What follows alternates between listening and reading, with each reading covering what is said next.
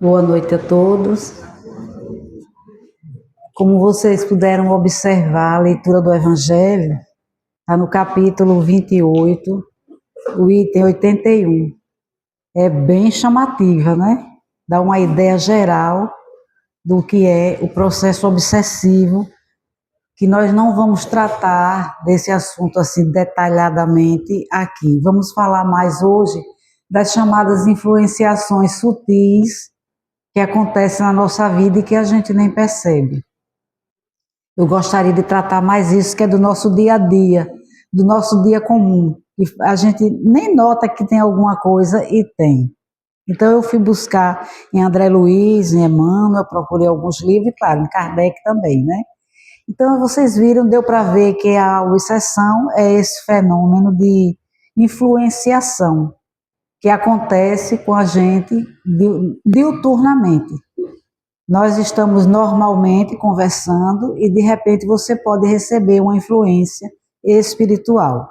Como a mensagem mesmo nos disse, essa influência ela vem de todos os lados e está envolvendo a Terra porque tem uma grande parte de espíritos desencarnados na erraticidade, ou seja, que necessitam reencarnar e precisam de novas reencarnações, e nem todos estão em estado satisfatório. A maioria está em estado de sofrimento, então necessita reencarnar mais uma vez para rever as suas vidas, as suas ações do passado, revisar aquilo como agiu, como sentiu, né? Como o Santo Agostinho diz a gente faz essa revisão e pede uma nova encarnação para que a gente possa ver como é que vai resolver aquelas dificuldades. E aí eu sei que muita gente fica se perguntando, mas será que esse negócio de obsessão existe mesmo? Isso não é uma invenção desses espíritas? Existe obsessão mesmo? Bem, antes de falar em Kardec, eu vou me lembrar de Jesus. Na hora que Estela fez a prece, ela recordou Jesus numa ternura na palavra dela, que eu vi Jesus na minha frente. E na mesma hora eu me lembrei de Jesus conversando com aquele pai. Vocês lembram? Mateus, está em Mateus, e se não me engano é o capítulo 14, capítulo 17. Capítulo 17. Vai a vários versículos, chega até o versículo 20. Do meio, mais ou menos 10 a 20.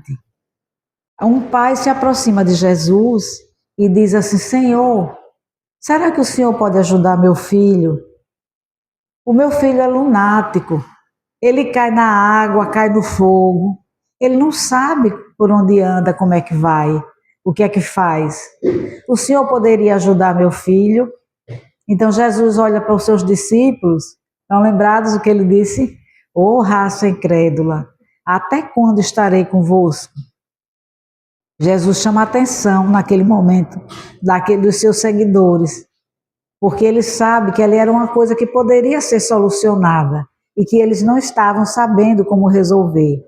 E então Jesus diz ao pai: trazei-me aqui o menino. Era um jovem, e o pai trouxe o menino, já estava com ele, mostrou a Jesus. Jesus então percebe que o que estava deixando aquele jovem naquele estado era a presença de um espírito perturbador, e que este espírito sofredor estava deixando aquele jovem cair na água, no fogo, se comportar como se fosse, entre aspas, um lunático. E então Jesus conversa com o espírito, diz a ele para se afastar, e o espírito se afasta do menino e ele fica normal, volta à sua vida normal.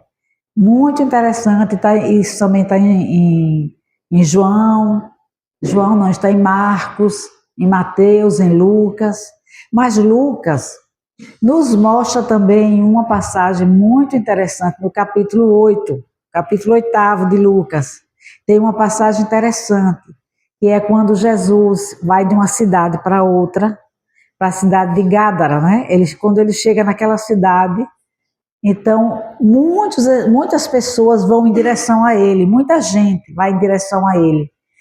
E um daqueles começa a gritar: que queres tu conosco, Jesus, Cristo, filho de Davi? Começa a gritar, anunciando quem é Jesus. Aí Jesus olha para ele e percebe que aquele não é aquele homem que está falando, mas o Espírito que estava falando através dele. Porque não tinha como aquele homem saber quem era Jesus, o governador espiritual da terra, o Cristo, filho de Deus vivo. O que queres conosco, Jesus, filho de Davi? O que é que você quer aqui com a gente, né? Olha que coisa interessante, esse homem sair do nada e começar a anunciar quem era Jesus. Jesus então faz uma coisa, meus amigos, eu acho que dá para a gente pensar muito. Se aproxima dele e pergunta: qual é o seu nome? Estão lembrados? Qual é o seu nome? Capítulo 8 de Lucas. Lá pelo finalzinho, 27, 28 e versículos seguintes. E ele responde: somos legião. Não é interessante? E o próprio evangelista diz que ele assim dizia porque ele se referia aos muitos espíritos que o estavam acompanhando. Ora, isso não é novidade, não é coisa de agora. Então, coisas desse tipo e semelhante a essas, nós vamos encontrar diversas no Novo Testamento, nos 4 evangelistas. Vamos encontrar. Sem dizer que nos Atos dos Apóstolos nós vamos encontrar muita coisa que relata processos de interferências espirituais sobre as pessoas que estão encarnadas na Terra. Aí voltamos para Kardec, 459 do Livro dos Espíritos. Os espíritos influenciam as nossas vidas, os nossos pensamentos, os nossos atos? Kardec pergunta. E o que é que os espíritos respondem? Mais do que o que imaginais. De ordinário, vos dirigem.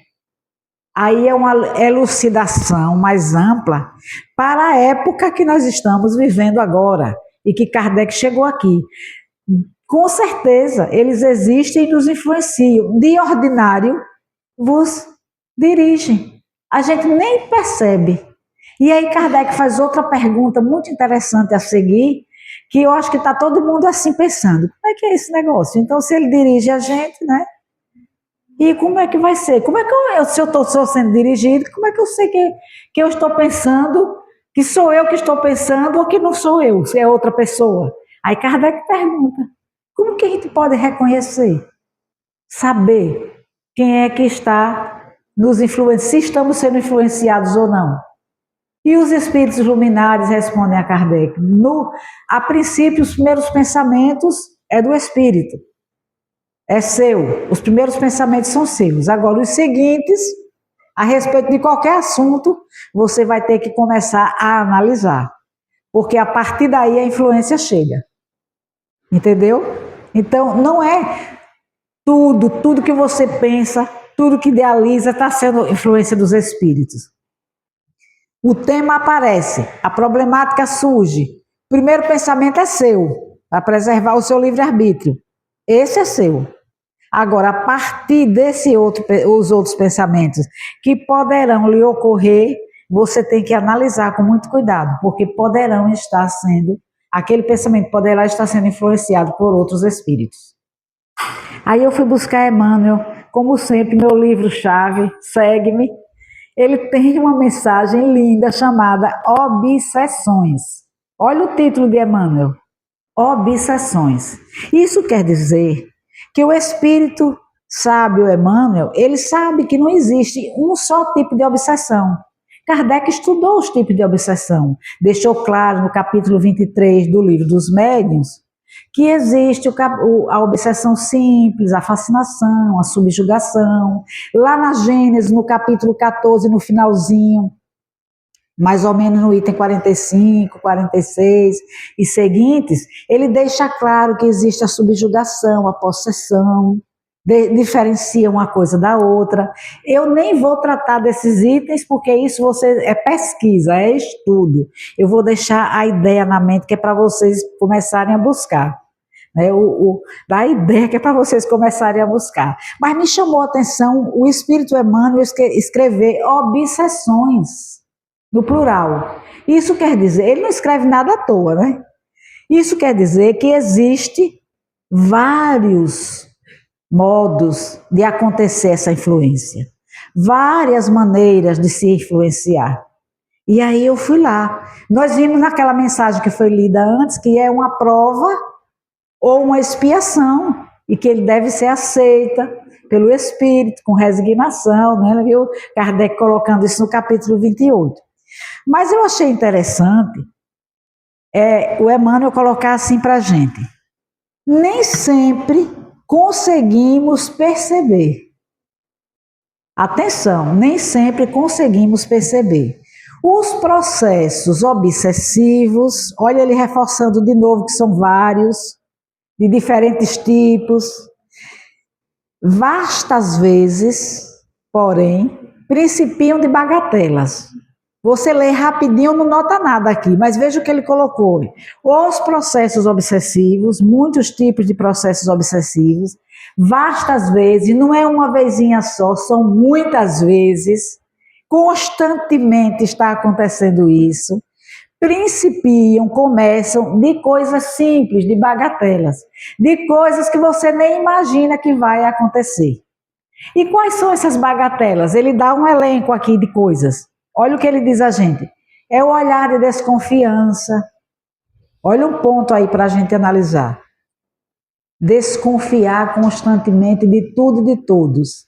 É um ponto. Um grito de cólera.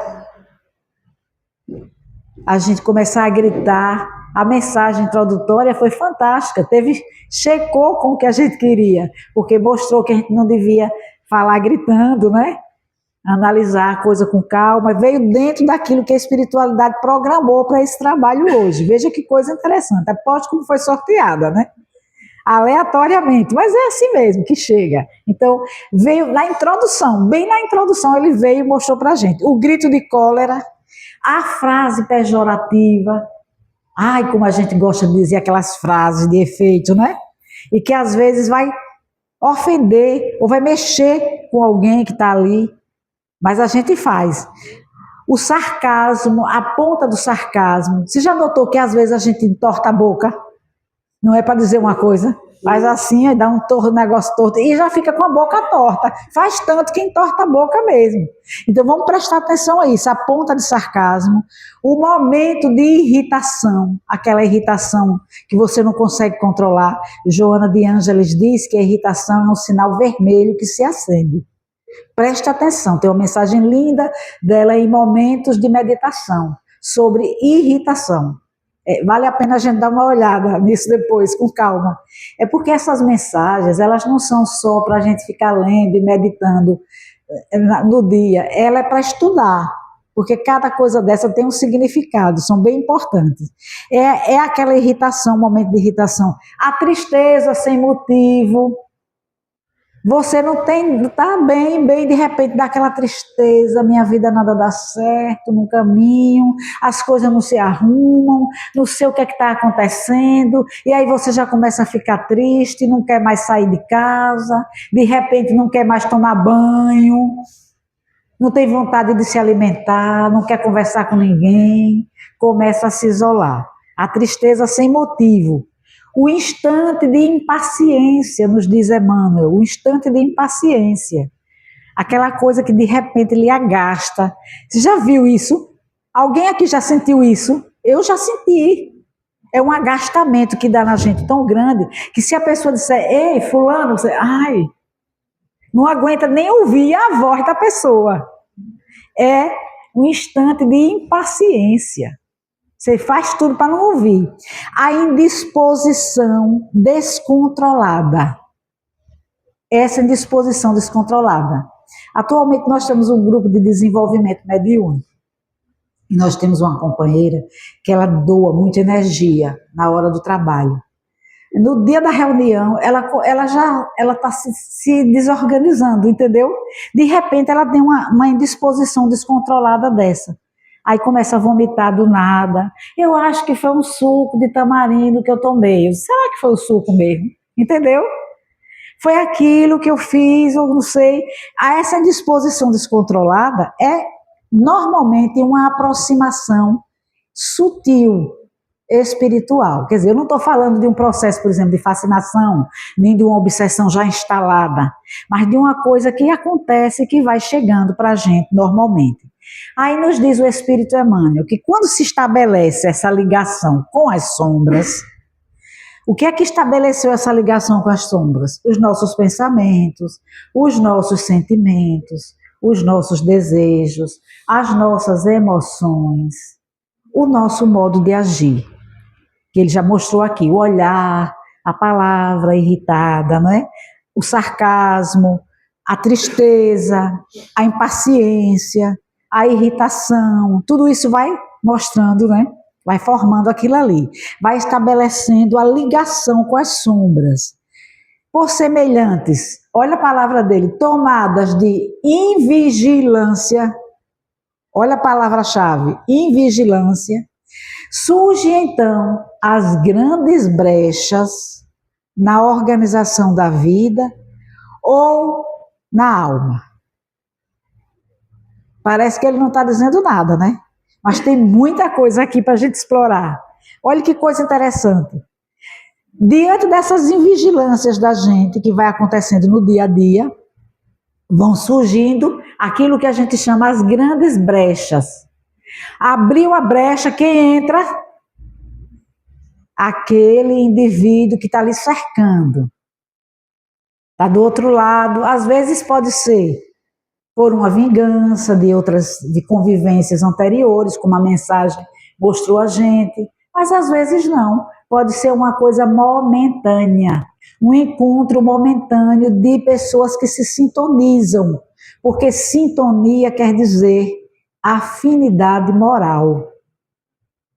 E então, muitas vezes, com os pensamentos, com os sentimentos, com as emoções, as ações, aquelas coisas do nosso dia a dia, vai formando as grandes brechas na nossa vida, da organização da nossa vida, ou na moradia da nossa alma, que é o nosso corpo físico, nosso corpo espiritual. Interessante isso, né, nos diz Emmanuel. E aí eu comecei a pesquisar o que é que faz a gente ter essas sintonias. Deixa eu olhar o nosso tempo, porque eu trouxe um bocado de coisa que eu vou colocando conforme a necessidade, né? E o tempo. Olha que coisa interessante. Eu encontrei 47 itens de, como que a gente chama, de predisponente a essas brechas. 47 itens. Está no nosso dia a dia. Eu vou situar alguns, vou sair saltitando, só colocando alguns para a gente ir gravando, mas depois vocês pesquisam para ver se é isso mesmo. Já falamos de irritação, né? Agressividade. Agressividade, não tem aquela coisa que você diz assim, você não sabe que eu sou assim, por que é que mexe comigo? Não é? Não tem aquela pessoa, por que é que faz isso? Você não sabe que eu sou assim. Principalmente com as pessoas da casa da gente. A gente diz isso. Aí está na hora de você perguntar, ei, criatura, você não sabe que você é assim. E por que é que se deixa levar? Entendeu? Não dá vontade de perguntar. Eu pergunto, se for na minha casa eu pergunto, ei, você não sabe que é assim. Por que é que você faz? Não é? A mesma coisa. A ambição desmedida, você deve ter ambição na vida. Eu quero ser isso, faz uma meta, mas tem a ambição desmedida. Quer ver outra coisa? A ausência de valores éticos. Hoje está uma coisa séria, não sabe nem o que é isso. A ausência de valores éticos vai abrir uma brecha. Se vai ter sintonia ou não, vai depender da gente no futuro. Autoritarismo, prepotência, aquela coisa, comigo é assim. Aqui mando eu e sou obedecido. Se ele já leu o Evangelho segundo o Espiritismo, no capítulo 8, vai ouvir Lázaro dizer, e sou detestado. Né? E consequentemente, aqui mando eu e sou obedecido, e é detestado também. Está lá bem claro. Ciúme, ciúme. Ai, como a gente tem ciúme, né? Ciúme de tudo. Ciúme até de amigos. Cobiça, desejo de ter as coisas mais do que os outros. E os complexos que são estudados na psicologia, né? O complexo de culpa, o complexo de superioridade, o complexo de inferioridade, que é o contrário, que às vezes a gente tem, né? O complexo de saber mais do que os outros, o complexo de grandeza, não é? Que só sabe falar nas coisas que tem, nas grandezas que tem, e por aí vai, né? Outra coisa também, o desamor, a indiferença, não se incomoda com nada nem com ninguém. Desconfiança, já colocamos isso. Dificuldade de esquecer, dificuldade de perdoar, de aceitar, de se resignar. A gente não existe. Eu tenho uma pessoa próxima a mim que diz assim, falou, olha, é momento de você se resignar, aceitar. O quê? Esta palavra não existe no meu dicionário. A pessoa me respondeu. Ah, sinto muito lhe dizer, mas existe no dicionário da vida. Você vai ter que aprender a soletrar essa palavra. Resignação, aceitação, tolerância. Porque se não conseguir, vai ser bem pior. Olha a brecha que a gente está abrindo, dando campo a uma série de coisas. Tem mais. Fanatismo, sem falar de egoísmo, de orgulho, de vaidade, que já está dentro do processo, esse é o maior. Os fanatismos esportivos, políticos, religiosos, tudo isso leva a outras brechas também. Outra coisa que eu vou colocar aqui, deixa eu ver, a inveja, as mágoas, os ressentimentos. Poxa, fulano não podia ter feito isso comigo, qualquer pessoa podia ter feito, mas fulano é meu amigo. Não podia ter feito isso comigo. Eu amo fulano. Como é que fulana faz isso comigo? Olha o ressentimento. As manias, começa com uma simples mania e a coisa vai se persistindo. Inclusive a palavra obsessão no dicionário de Aurélio, ele diz que é mania. Tem uma resposta que é mania. Pensamentos fixos, ideias repetitivas e manias. Ódio, as paixões, o pessimismo constante, a predisposição, as predisposições mórbidas, raiva, tem raiva de tudo, rancor, guarda rancor, eu não esqueço. Pode passar 100 anos, eu me lembro, né? Os rancores, as raivas, a usura, os vícios de uma maneira geral. E tem uma coisa que a gente se esquece, a autopiedade. A posição de vítima, essa também é um campo para essa morbidez da gente, entendeu? Aí nos diz Emmanuel, o Espírito Emmanuel. Bom, estabelecida essa sintonia com as sombras, começa a aparecer as problemáticas, ou seja, os reflexos na nossa vida. Repare se vocês identificam isso. A desarmonia em casa. Nada dá certo. Tem briga todo dia. Sentou para tomar café, almoçar ou jantar, o horário que for, tem briga. Um pensa de um jeito, o outro pensa do outro, um explode para o outro, tem briga. No grupo de trabalho, como esse aqui, e outros como o que nós participamos, a discórdia no grupo de trabalho. Um pensa de um jeito, o outro pensa do outro, ninguém nunca se sintoniza, está sempre em discussão. A crítica, tem sempre um que olha para você e diz assim, você acha que você não vai fazer isso, não vai conseguir. Não, mas eu vou tentar. Pode tentar, mas não vai conseguir. Aí você já toma aquele balde de água fria e já fica ali em dúvida se vai conseguir ou não.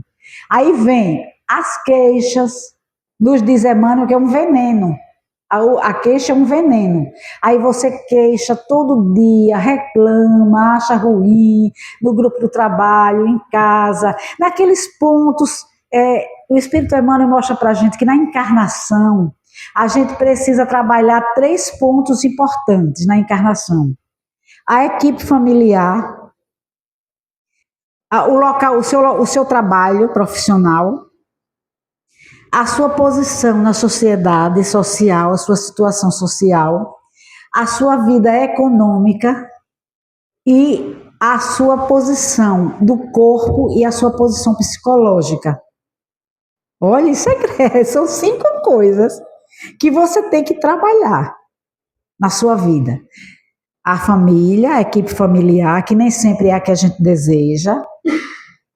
o nosso emprego, a nossa posição profissional, a situação, que nem sempre foi aquela que a gente queria, mas terminou sendo a que a gente deu as condições para a gente sobreviver.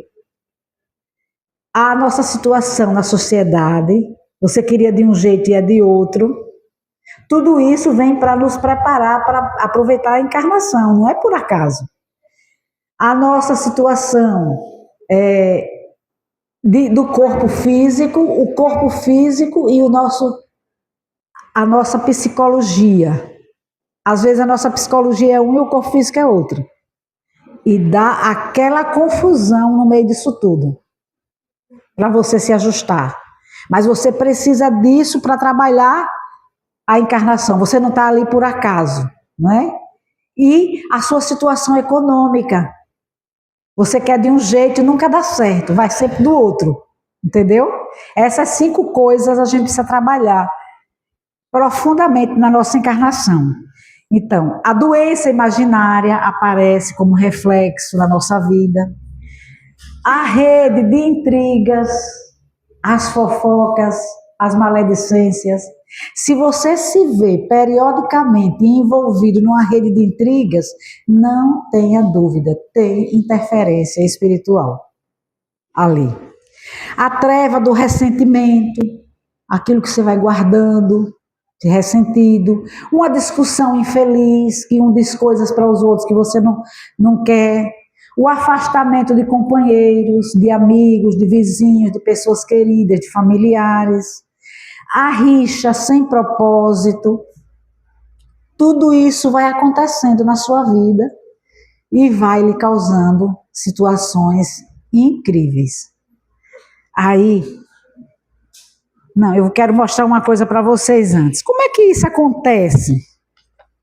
Como é que acontece esse negócio na nossa vida? Por que estes espíritos vêm para cima da gente? A causa a gente já mostrou, vem de nós. Pensamentos, sentimentos, né? Emoções, a causa, tá aí. A consequência nós já acabamos de mostrar, são os reflexos na nossa vida de uma maneira geral. E como isso acontece? Eu fiz um resumo aqui de 3 pontos principais. O primeiro ponto é o assédio. O assédio do obsessor, do agente obsessor sobre a vítima, entre aspas, né? Que ali não tem vítima nenhuma. Na verdade, tem uma ligação. Há uma atração entre um e outro. Qual é a atração? A afinidade moral. Eu gosto de tomar uma coisinha no final de semana, né? Vamos dizer, a pessoa gosta de tomar um uísque de vez em quando no final de semana, mas é só uma dose. O espírito gosta também. Aí quando chega naquele dia, ele fica ali em cima de você. E o seu uísque, você não vai tomar não? E a sua cuba? E a sua cervejinha gelada? Entendeu? Aí você tá até esquecido. Aí vai lá. Por que ele tá esse esforço todo para você ir lá? Porque quando você bebe a parte orgânica e ele bebe a parte da química, né? Ele vai absorvendo. Isso é com o fumo, com a droga, com a sexualidade, com a sensualidade. Às vezes a pessoa não faz isso, mas fica ouvindo aquelas músicas, né? Aquelas músicas de sensualidade. Ou gosta de assistir filmes pornô. Dentro de casa. Eu me lembro que eu já casada, mãe de filho, passava na televisão cada cena e meu marido dizia assim, poxa, eu só via isso quando eu era jovem nos cabarés. Hoje não tem mais cabaré não, meu filho. Ele dizia assim, eu só ouvia isso nos cabarés. Agora a gente senta na nossa sala e vê na televisão. Como é que pode um negócio desse? Ele dizia, né? Ele me mostrava. Aqui ele dizia. Então você vê que hoje, essas coisas já estão bem diferentes. A pessoa faz assim, coitada, está fora da realidade. Mas aí está o espírito ali, junto de você. Ele vai sugar as energias do prazer que você está sentindo. Quando terminar aquilo ali, você está acabado, cansado, arrasado, perdeu energia. E o espírito ganhou, entendeu? Normalmente não é um espírito sofredor, necessitado, desamparado que vai procurar uma coisa dessa. É o espírito que está se aproveitando, usando o processo de vampirismo sobre a gente. Então, ele se atrai por um pensamento. É uma afinidade moral, uma sintonia vibratória. Reconhece aquela situação, aquele indivíduo, busca procurar o seu comportamento, descobre do que é que a gente gosta, e aí, como já sabe, ele faz o seguinte ponto, que é o segundo, a imantação telepática na sua mente, na sua cabeça. Vocês já escutaram uma música e ficou ouvindo aquela música o tempo todo? Amanhece o dia, vai para o outro dia e você fica. Só aquela música, só aquilo ali, só aquela frase. Ali já é uma imantação telepática. Se você não prestar atenção, ela vai ficar gravada na sua alma. Projeta na sua mente, pela indução hipnótica, um pensamento-chave, uma frase, alguma coisa de vaidade, de orgulho, de traição, de revolta, de sensualidade, e você fica repetindo aquilo. Aí, posteriormente, vai haver um acoplamento do perispírito com perispírito. Entendeu? Acopla o perispírito desencarnado com o do encarnado. E aí vem para a terceira etapa, que é a inquietação. A síndrome de inquietação. Aí a gente passa a ter desconfiança, ciúme, insegurança pessoal, aparecem as pequenas enfermidades, os insucessos, as angústias, as incertezas e as atitudes inusitadas. Aí já está o processo obsessivo instalado, o comportamento seu modifica, fica meio ambivalente. Vem equilíbrio num momento, desequilíbrio em outro, depressão em outro, excitação em outro, entendeu? Aí já está ali estabelecido, depois desses 3 pontos muito interessantes que acontecem com a gente.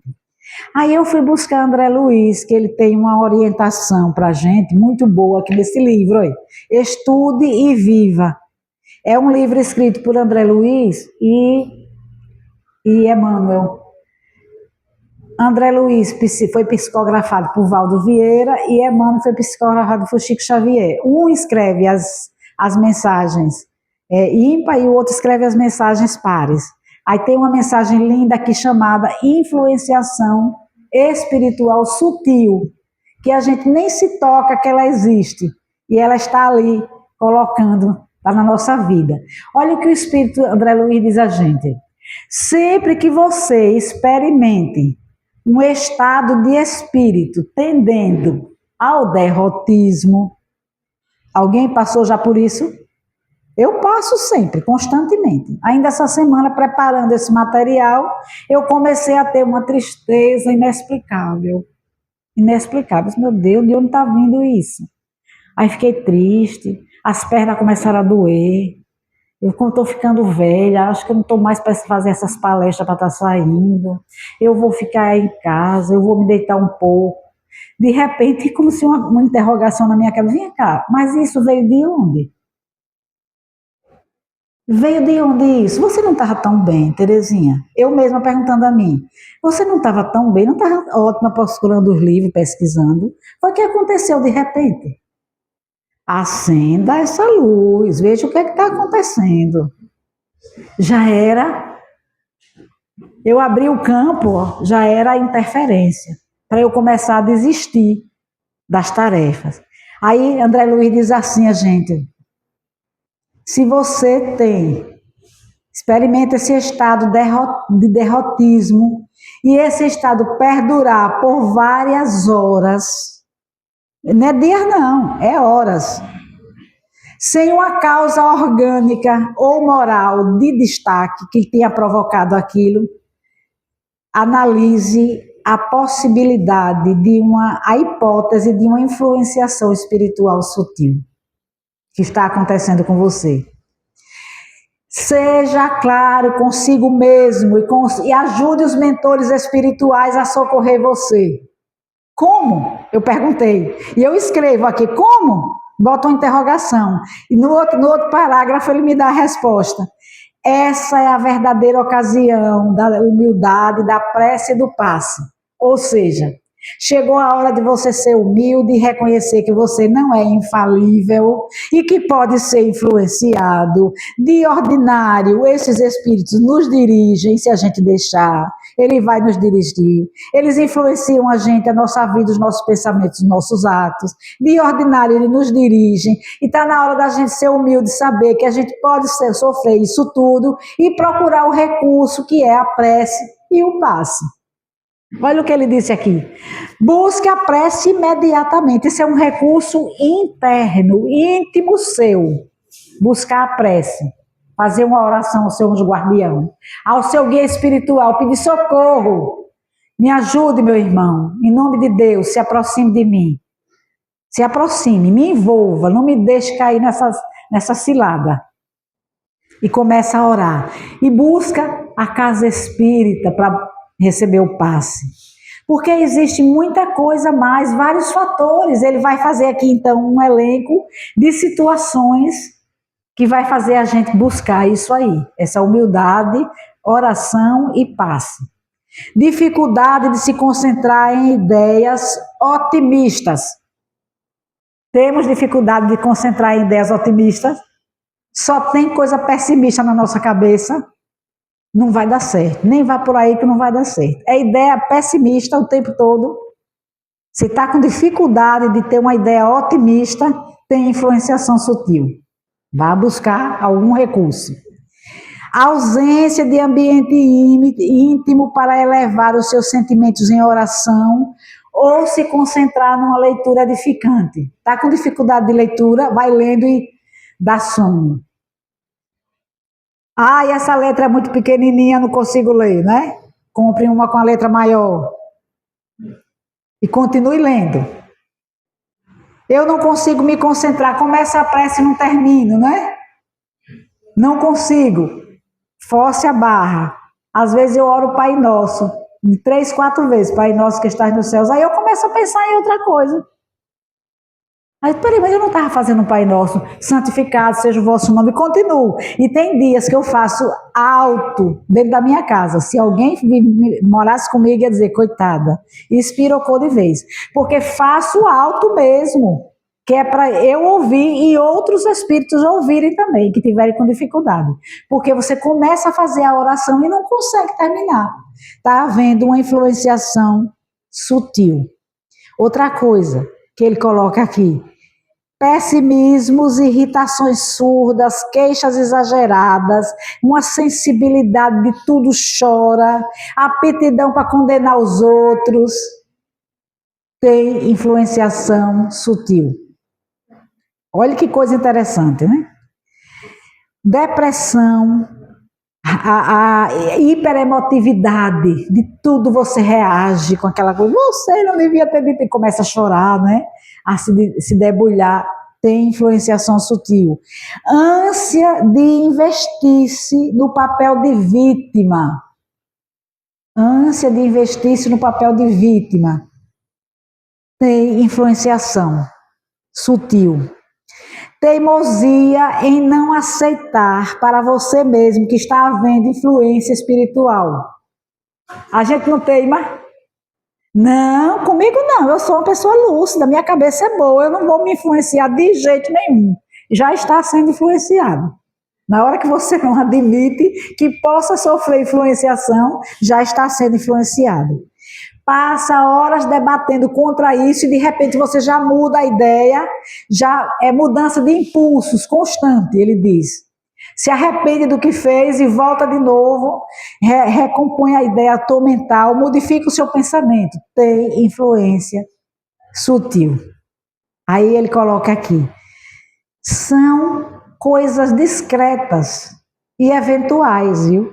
Discretas e eventuais. Que por parte do desencarnado e imperceptíveis a nós encarnados, pela finura do processo. Não se sabe, diz André Luiz aqui no final da mensagem, não se sabe o que tem causado maior dano à humanidade.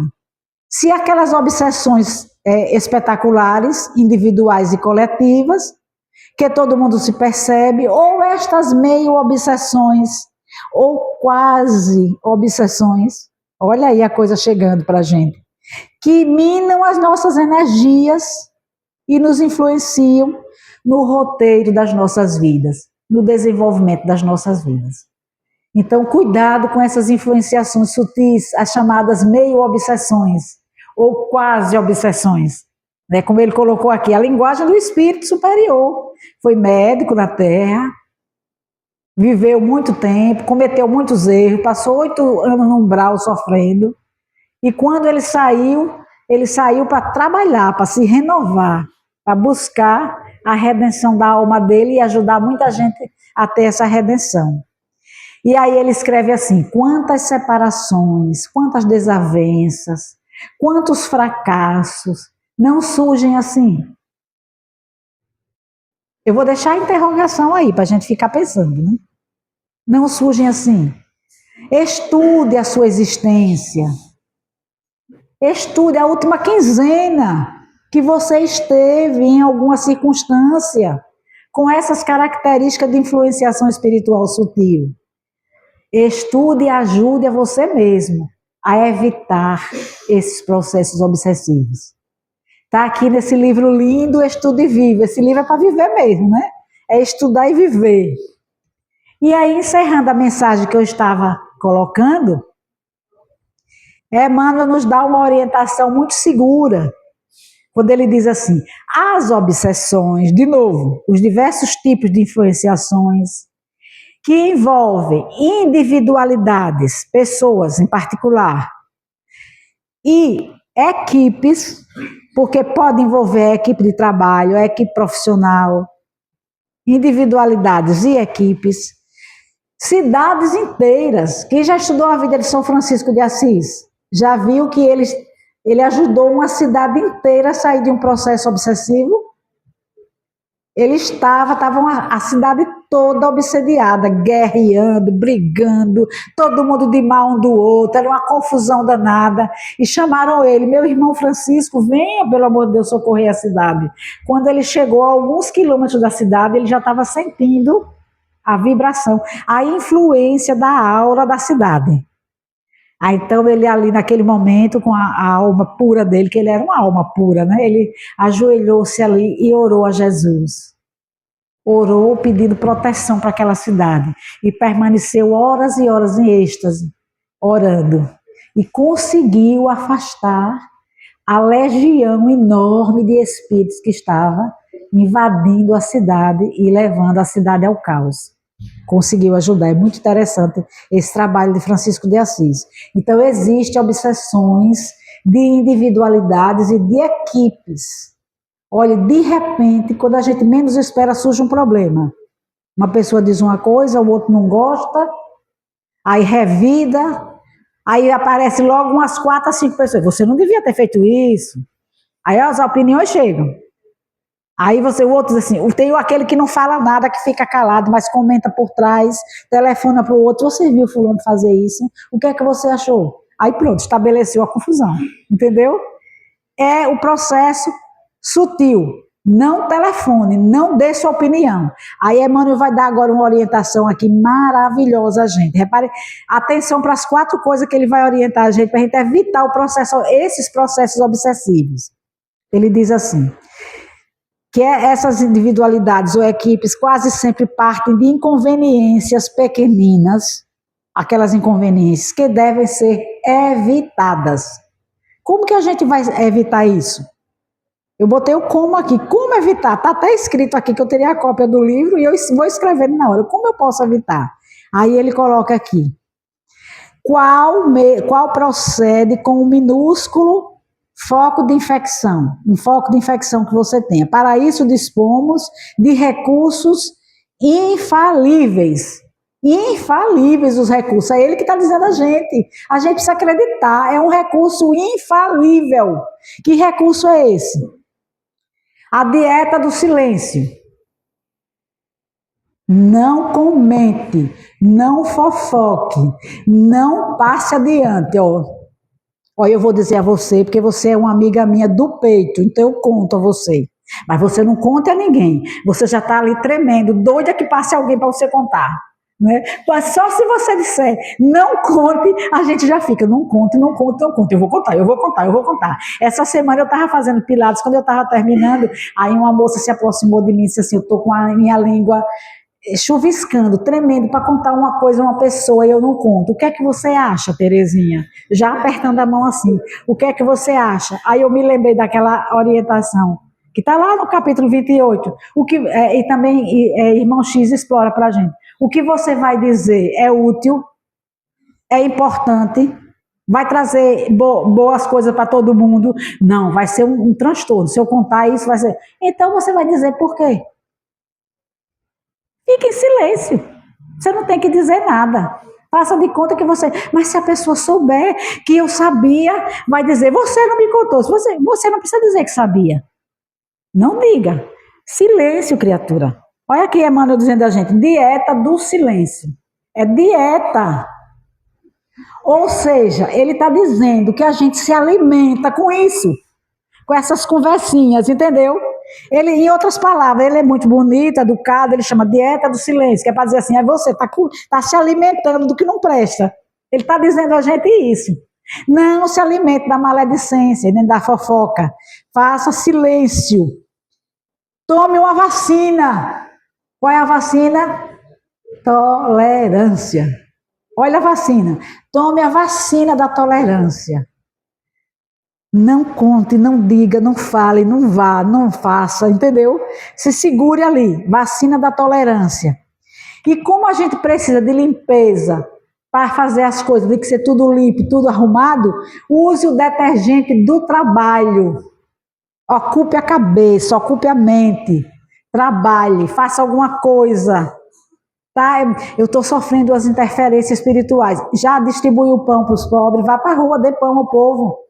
Deu uma de doido mesmo.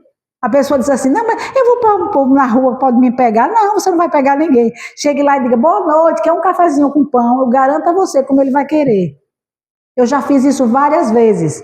Não é porque eu sou bondosa, não. É porque quando começa a problemática, ai, meu, o que é que eu vou fazer? Eu vou usar meu tempo com o quê? Ao invés de ficar doido, endoidando dentro de casa ou endoidando as pessoas, vá ajudar alguém. Vá varrer a porta da rua.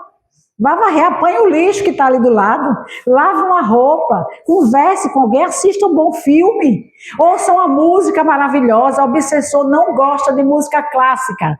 Quando você bota Beethoven, tchan, tchan, tchan, tchan, ele sai correndo. Entendeu? Ele sai correndo, ele não gosta disso. Agora, se você botar axé, ou aquele negócio que bota assim, aí você vai ver ele ficar, entendeu? Vá procurando a dieta, a detergente do trabalho, bote trabalho na coisa, trabalho, ocupe a mente. E o antisséptico para limpar a ferida, qual é o antisséptico? Oração. O antisséptico da oração. Esse é o que a gente precisa. Então, anotaram? Olha, silêncio, vou botar o maior, silêncio. Silêncio, trabalho, tolerância e oração. Todo dia, de manhã, de tarde e de noite, todo dia, qualquer hora. Começou a fazer alguma coisa, oração. Vai estudar alguma coisa, oração. Sempre, sempre a gente está em oração. Se eu tiver tem alguns minutos ainda, então eu vou colocar aqui uma mensagem linda de André Luiz, que ele diz assim, olha, não deixe de sonhar, viva a sua vida, sonhe, queira as coisas, mas enfrente a realidade do seu dia a dia. Não bota embaixo do tapete, não. Enfrente a sua realidade. Sonhe, mas enfrente a realidade. Eu preciso melhorar e melhore. Reduza as suas queixas. Reduza, se queixe o mínimo possível, o mínimo. Fique ali de olho com você. Quando não possa eliminar de todo. Fale tranquilamente com quem lhe ouve. Fale com as pessoas com tranquilidade. Não fale gritando, chamando atenção. Deixe que os outros vivam a existência deles. Você não vive a sua? Diz aqui André Luiz. Você não está vivendo a sua? Deixe que o outro viva a vida dele. Não fique em cima dele. Não descreia no poder do trabalho. Acredite que o trabalho ocupa a sua mente, a sua vida, as suas mãos. Faça aquilo, o seu caminhar, a sua vida. Não descreia no poder do trabalho. E nunca... Olha o que André Luiz diz a gente, nunca admita que o bem possa ser praticado sem dificuldade. Ah, mas eu estou a serviço de Jesus, tá? Então prepare o lombo, meu filho, que você vai apanhar, porque ele morreu na cruz. E ele não devia nada a ninguém. E veio para aqui para fazer o bem. Então não descreias na possibilidade do bem, que o bem praticado traz dificuldades. Cultive a perseverança, seja persistente, porque vai ter problema e sofrimento. Seja persistente, jamais fique teimoso, insistindo só naquilo. Aceite as suas desilusões, os seus sofrimentos com realismo, porque o valor da experiência é que dá a gente a condição de saber como é que aquilo é. Ele diz assim, não tenha lamentações improdutivas, aceite suas desilusões, convença-se de que você somente solucionará um problema se não fugir dele, se não fugir do problema, não colocar atrás da porta, enfrentar para resolver. E recorde, ele encerra dizendo isso, que decepções, embaraços, desenganos, provações são marcos no caminho de todos. Não é só no nosso, não. Está todo mundo passando pelas mesmas situações, precisando de ajuda do mesmo jeito. E por isso mesmo, para evitar o seu enfaixamento na obsessão, olha que coisa linda ele diz a gente. Enfaixamento. Quem está com um processo obsessivo está enfaixado, está caminhando assim, não pode ir. Não é ele mesmo. O Espírito está tomando conta da sua mente, da sua palavra. Você não consegue ser você mesmo.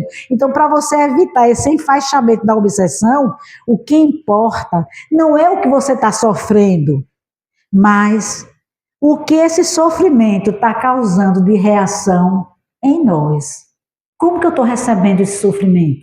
Eu estou crendo em Deus? Eu aceito que eu sou um ser que posso passar por experiências? Deus é o meu Pai, não está me abandonando? Aquele salmo, o Salmo de Davi, o 23, o Senhor é meu pastor e não me faltará. Não é nada me faltará, não. A tradução está errada, porque nada já quer dizer alguma coisa. Aí você pensa, não vai faltar comida, agasalho, casa, carro, não é? Joias. E aí você vai começando a aumentar. Não é nada, não. É não me faltará em momento algum. Nem no momento da tristeza, nem no momento que eu estou alegre, nem no momento de felicidade, nem no momento em que a minha família está passando alguma dificuldade. Ele não me faltará. E isso dentro da nossa vida é um rumo, é um roteiro para que a gente possa trabalhar, erguer-se da dificuldade, erguer-se dos pensamentos negativos, elevar as ideias, confiar em Deus e transformar a sua vida numa nova jornada. Assim a gente vai evitar a obsessão. Não quer dizer que resolve o problema, porque ela vai continuar. O assédio é constante. Enquanto a gente estiver vivendo, o assédio está acontecendo. Meus amigos, o que importa é que a gente é filho de Deus. Eu me lembro muito daquele homem que toca sanfona. Ele diz assim, tem uma música dele muito bonita que ele diz assim, eu não sou o dono do mundo, mas eu sou filho do dono. Como é o nome dele? Eu até me esqueço. Flávio José. Eu não sou o dono do mundo, mas eu sou filho do dono. E como filho do dono, eu vou buscar minha herança. Que Deus nos abençoe, nos guarde e guie agora e sempre.